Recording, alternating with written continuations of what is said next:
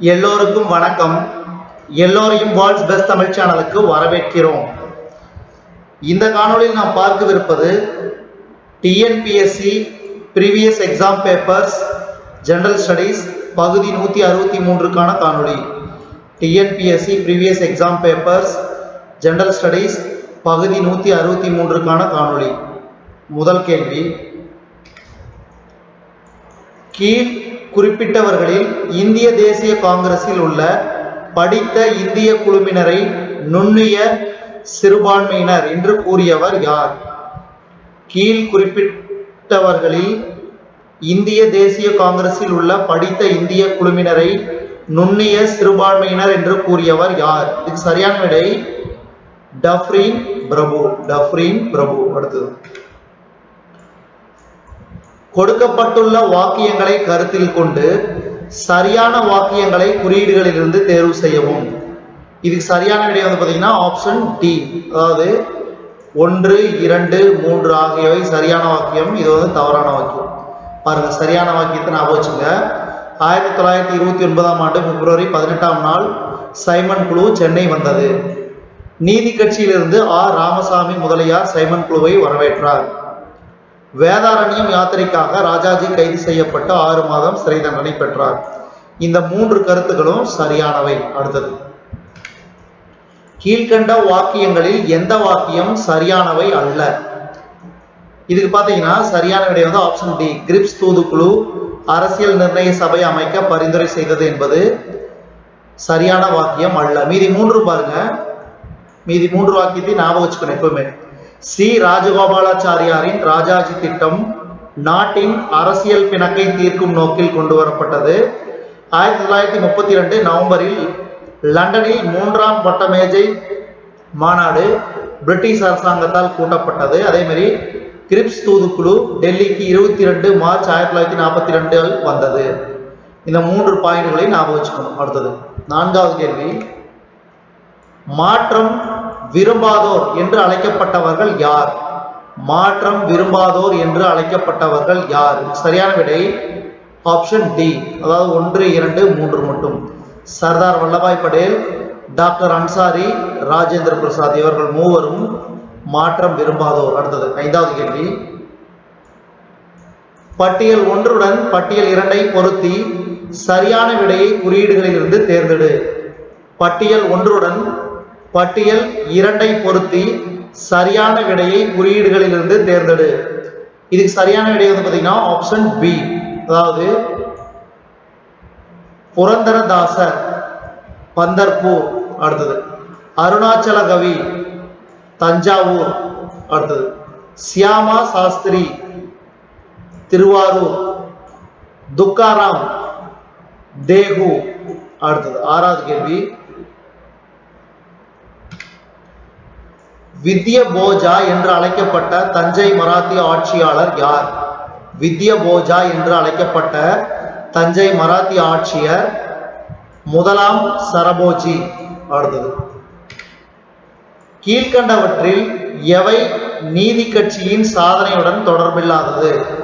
கீழ்கண்டவற்றில் எவை நீதி கட்சியின் சாதனையுடன் தொடர்பு இல்லாதது? இதுக்கு சரியான விடை காமராஜர் பல்கலைக்கழகம் அமைக்கப்பட்டது என்பது நீதி கட்சியின் சாதனையுடன் தொடர்புள்ளது. மீதி 3 பாருங்க, நீதி கட்சியின் சாதனையுடன் தொடர்புடையது இந்து அறநிலைய சட்டம், சென்னை மாநில தொழில் உதவி சட்டம், பணியாளர் தேர்வு குழு. அடுத்தது, கீழ்காணும் இணைகளில் எது எவை சரியாக இணைக்கப்படவில்லை? இதுக்கு சரியான விடை ஆப்ஷன் ஏ, 4 மட்டும். நீதி கட்சி தோல்வியடைதல் 1935 என்பது சரியாக இணைக்கவில்லை. மீதி 3 பாருங்க, சரியாக இணைக்கப்பட்டுள்ளது. இனவாரியான அரசாணை 1921, பணியாளர் தேர்வு வாரியம் பனகல் அமைச்சரவை, அண்ணாமலை பல்கலைக்கழகம் 1929. அடுத்தது, 9வது கேள்வி, மிக மிக முக்கியமான கேள்வி, வெரி வெரி இம்பார்ட்டன்ட், பொறுத்துக. இதுக்கு சரியான விடை ஆப்ஷன் பி, தொல்லியல் பரப்பாய்வு துறை 1861. அடுத்தது, தேசிய ஆவண காப்பகம் 1891, மெட்ராஸ் ஆவண அலுவலகம் 1909. அடுத்தது, தொல்பொருள் மற்றும் கலை மரபுடைமை சட்டம் 1972. அடுத்தது 10வது கேள்வி, வகுப்புவாரி பிரதிநிதித்துவத்தின் இன்றியமையாமையை ஆங்கில பாராளுமன்ற குழுவின் முன் லண்டனில் எடுத்துரைக்கவும் பிராமணர் அல்லாதோரின் இழிநிலையை எடுத்து கூறவும் லண்டன் சென்றபோது அங்கேயே இறந்த தலைவர் யார்?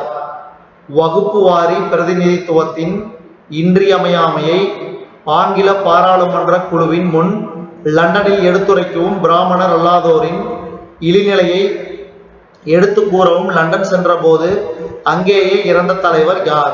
இதுக்கு சரியான விடை திரு டி.எம். நாயர். திரு டி.எம். நாயர். அடுத்தது பொறுத்துக.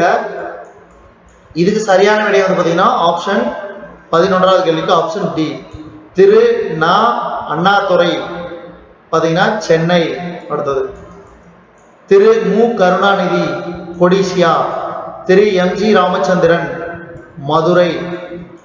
செல்வி ஜெ. ஜெயலலிதா தஞ்சாவூர். அடுத்தது 12வது கேள்வி. இது மிக மிக முக்கியமான கேள்வி, முக்கியமான பொறுத்துக. இதுக்கு சரியான விடை ஆப்ஷன் ஏ.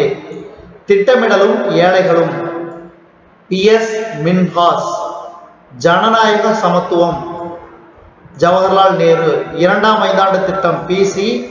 மஹலனோபிஸ். 1991ஆம் ஆண்டு புதிய பொருளாதார கொள்கை பி.வி. நரசிம்மராவ். அடுத்தது 13வது கேள்வி.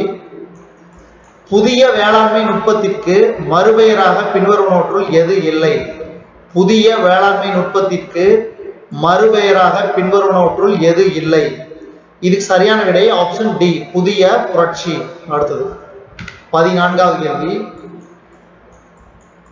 கீழ்கண்ட திட்டங்களில் எது வறுமையில் வாடும் ஆதி திராவிட மக்களுக்கும் பழங்குடியினருக்கும் இலவச வீடுகள் அளிக்கின்றது? கீழ்கண்ட திட்டங்களில் எது வறுமையில் வாடும் ஆதி திராவிட மக்களுக்கும் பழங்குடியினருக்கும் இலவச வீடுகள் அளிக்கின்றது? சரியான விடை அம்பேத்கர் அவாஜ் யோஜனா. அடுத்தது உருகுவே வட்ட ஒப்பந்தத்திற்கும் இந்த நிறுவனம் தோற்றுவிக்கப்பட்டதற்கும் தொடர்பு உண்டு. இதுக்கு சரியான விடை WTO வேர்ல்டு ட்ரேட் ஆர்கனைசேஷன். அடுத்தது உலக வர்த்தக அமைப்பு. 16வது கேள்வி. இந்தியாவில் மூலதன வெளியீட்டின் மூலம் கிடைக்கும் பணத்தை ஒருங்கிணைந்த நிதியில் சேர்க்கப்பட்டு கீழ்கண்டவற்றிற்கு பயன்படுத்தப்படுகின்றது. இதுக்கு சரியான விடை போக்குவரத்து வளர்ச்சிக்கு மற்றும் சமூகத்துறை திட்டத்திற்கும். அடுத்தது தேசிய கல்விக் கொள்கையில் 14 வயது வரையான குழந்தைகளுக்கு இலவச மற்றும் கட்டாய கல்வியை வழங்க பரிந்துரை செய்தது எந்த குழு? இதுக்கு சரியான விடை கோத்தாரி குழு. அடுத்தது 18வது கேள்வி. கீழ்கண்ட காரணங்களால் இந்தியாவின் சேமிப்பு விகிதம் குறைவாக உள்ளது. கீழ்கண்ட காரணங்களால் இந்தியாவின் சேமிப்பு விகிதம் குறைவாக உள்ளது. இதுக்கு சரியான விடை 18வது கேள்விக்கு ஆப்ஷன் ஏ. அதாவது குறைந்த தலா வருமானம், பொதுத்துறையின் மோசமான செயல்பாடு மற்றும் பங்கு, கிராமப்புறங்களின் சேமிப்பு திறன், முழுமையான திரட்டாமை. இது 3 தான் இந்தியாவின் சேமிப்பு விகிதம் குறைவாக உள்ளதற்கு காரணங்கள். அடுத்து 19வது கேள்வி. பண மசோதா தோன்றுவது மக்களவையில் மட்டும். அடுத்தது யார் ஒரு மசோதா நிதி மசோதா என்று தீர்மானிக்கும் அதிகாரத்தை பெற்று இருக்கிறார்? யார் ஒரு மசோதா நிதி மசோதா என்று தீர்மானிக்கும் அதிகாரத்தை பெற்று இருக்கிறார்? இது சரியான விடை சபாநாயகர். உங்களுக்கு என்ன கேள்வினா, தற்போதைய மக்களவையின் சபாநாயகர் யார் என்பதை கீழே கமெண்ட் பாக்ஸில் தெரியப்படுத்துங்க. அதே மாதிரி மாநிலங்களவையின் தலைவர் யார் என்பதையும் கீழே கமெண்ட் பாக்ஸில் தெரியப்படுத்துங்க. அடுத்தது 21வது கேள்வி. விதி 370 படி சிறப்பதிகாரம் வழங்கப்பட்டது ஜம்மு காஷ்மீருக்கு. தற்போது இந்த விதி நீக்கம் செய்யப்பட்டுள்ளது. ஜம்மு காஷ்மீர், லடாக் என 2 யூனியன் பிரதேசங்களாக பிரிக்கப்பட்டது 2019ஆம் வருடத்தில். அது வந்து பாத்தீங்கன்னா ஆகஸ்ட் 5 2019 அன்று இந்த 370 சிறப்பதிகாரம் வந்து ஜம்மு காஷ்மீருக்கு வழங்கப்பட்ட சிறப்பதிகாரம் நீக்கப்பட்டது. அதே மாதிரி ஜம்மு காஷ்மீர், லடாக் என 2 யூனியன் பிரதேசங்களாக பிரிக்கப்பட்டது. அதே மாதிரி 2 யூனியன் பிரதேசங்களுக்கு துணைநிலை ஆளுநர்கள் நியமிக்கப்பட்டார்கள். இப்போ உங்களுக்கு என்ன கேள்வினா, ஜம்மு காஷ்மீர் மற்றும் லடாக் ஆகிய 2 யூனியன் பிரதேசங்களின் தற்போதைய துணைநிலை ஆளுநர்களின் பெயர்களை கீழே கமெண்ட் பாக்ஸ்ல நீங்க தெரியப்படுத்துங்க. அடுத்தது 22வது கேள்வி. பின்வரும் எந்த வருடத்தில் இந்திய உச்சநீதிமன்றம் தொடங்கி வைக்கப்பட்டது? பின்வரும் எந்த வருடத்தில் இந்திய உச்சநீதிமன்றம் தொடங்கி வைக்கப்பட்டது? சரியான விடை 1950. அடுத்தது பாராளுமன்றத்தில் ஒத்திவைப்பு தீர்மானத்தின் குறிக்கோளானது. பாராளுமன்றத்தில் ஒத்திவைப்பு தீர்மானத்தின் குறிக்கோளானது. இதுக்கு சரியான விடை ஆப்ஷன் டி. பொதுமக்களுக்கு முக்கிய ஒரு திட்டமான விஷயத்தை அவசரமாக அவைக்கு முன்பாக கொண்டு வருவது. அடுத்தது 1955ஆம் ஆண்டில் அலுவலக மொழி ஆணையத்தின் தலைமை பொறுப்பை வகித்தவர் யார்? இதுக்கு சரியான விடை PG கேர். அடுத்தது இந்த காணொலியின் கடைசி கேள்வி பொறுத்துக, வெரி வெரி இம்பார்ட்டன்ட். இதுக்கு சரியான விடை ஆப்ஷன் பி. வீரேந்திர பாட்டீல் கர்நாடகா, அஜய் முகர்ஜி மேற்கு வங்காளம், சர்தார் பூர்ணம் சிங் பஞ்சாப், RN சிங் டியோ ஒடிசா. இதுவரைக்கும் நம்ம இந்த காணொலியில பார்த்தது TNPSC previous exam paper general studies பகுதி 163க்கான காணொலி. இந்த காணொலி உங்களுக்கு பிடிச்சிருந்துச்சுன்னா லைக் பண்ணுங்க, கமெண்ட் பண்ணுங்க, மறக்காம இந்த காணொலியை உங்க நண்பர்களுக்கு மற்றவங்களுக்கு ஷேர் பண்ணுங்க. இதுவரைக்கும் நம்ம வேர்ல்ட்ஸ் பெஸ்ட் தமிழ் சேனலை சப்ஸ்கிரைப் பண்ணாதீங்க, சப்ஸ்கிரைப் பண்ணிக்கங்க.